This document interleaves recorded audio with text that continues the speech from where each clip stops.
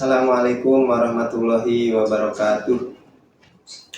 Alhamdulillahirabbil alamin wa bihi nasta'in wa ala umuri dunya waddin. Wassalatu wassalamu ala asrofil anbiya'i wal mursalin wa ala alihi washabihi ajma'in. Ya Rabbi israh li sadri wa yassir li amri wahlul 'uqdatam min lisani yafqahu qawli. Allahumma inna na'udzubika min ilmin la yanfa'u wa min qalbin la yakhsha wa min nafsin la tasba' wa min da'watin la yustajabu laha. Wa qala Allah ta'ala fil Qur'anil Karim wa huwa asdaqul qailin. A'udzu billahi minasyaitonir rajim. Bismillahirrahmanirrahim.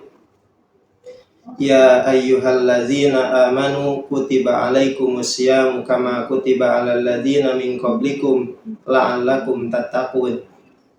Wa qala Rasulullah sallallahu alaihi wasallam, man shoma ramadhana imanan wa ihtisaban ghufira lahu ma taqaddama min dzambi. Puji dan syukur marilah kita panjatkan kehadirat Allah Subhanahu wa taala, karena Allah lah yang mentakdirkan kita masih hidup di bulan suci Ramadan ini. Karena banyak orang yang merindukan bulan suci Ramadan tapi usianya tidak sampai pada bulan Ramadan.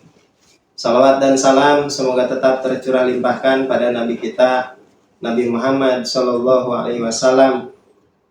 Karena wasilah Nabi Muhammad lah kita bisa menjalankan ibadah puasa.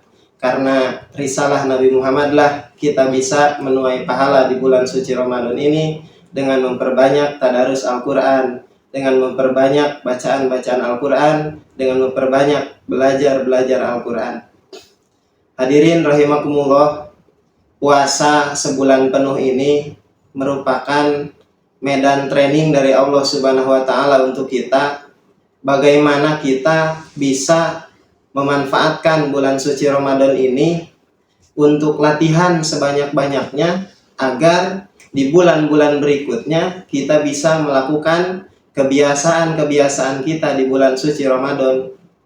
Makanya di akhir ayat surat Al-Baqarah 183 itu kita diwajibkan berpuasa supaya kita menjadi orang yang bertakwa. Nah, bagaimana yang biasanya kita tidak bangun untuk tahajud karena kita harus sahur, ada ibadah sahur maka kita bangun. Mengapa dengan sahur dipancingnya, gitu kan? Nah, karena sahur ini adalah masalah perut, gitu ya. Ini masalah perut. Nah, manusia ketika urusan dengan perut pasti akan memaksakan. Apapun itu caranya, bagaimanapun caranya, pasti akan mengusahakan. Kerja, berangkat sore, pulang subuh, tidak tidur. Mereka berani, mereka bisa karena ini masalah apa? Masalah perut. Nah, dengan ini dipancing oleh Allah, diberikan medan oleh Allah untuk apa? Untuk bisa beribadah, sholat tahajud, sholat malam, ya. Sedangkan Allah sendiri yang berkata, wabil asharihum yastaghfirun. Di waktu sahur itu adalah waktu untuk beristighfar. Itu. Nah, maka di bulan suci Ramadan ini disebut dengan bulan ampunan karena rata-rata semua orang bangun di waktu sahur dan memohon ampun kepada Allah Subhanahu wa taala.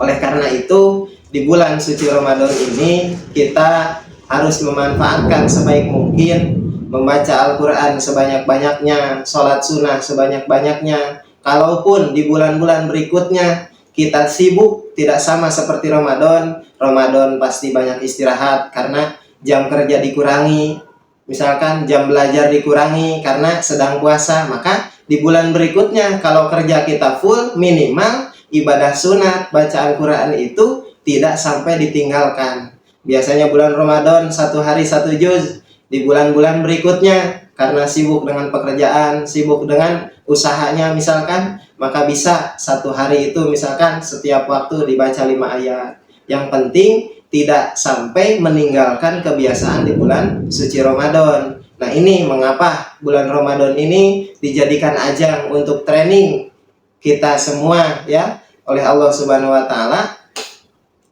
Karena tujuannya tadi supaya orang yang beriman ini menjadi orang yang bertakwa. Orang yang bertakwa itu apa? Tadi membiasakan melaksanakan perintah dari Allah dan terbiasa menjauhi larangan dari Allah dan melalui training di bulan suci Ramadan. Oleh karena itu, salah satu ulama pun berkata, ketika di bulan yang lain ibadahnya sama seperti di bulan suci Ramadan, maka itu menjadi salah satu tanda bahwa dia berhasil di training, berhasil dididik oleh Allah di bulan suci Ramadan, dan menjadi salah satu tanda bahwa dia mendapatkan Lailatul Qadar.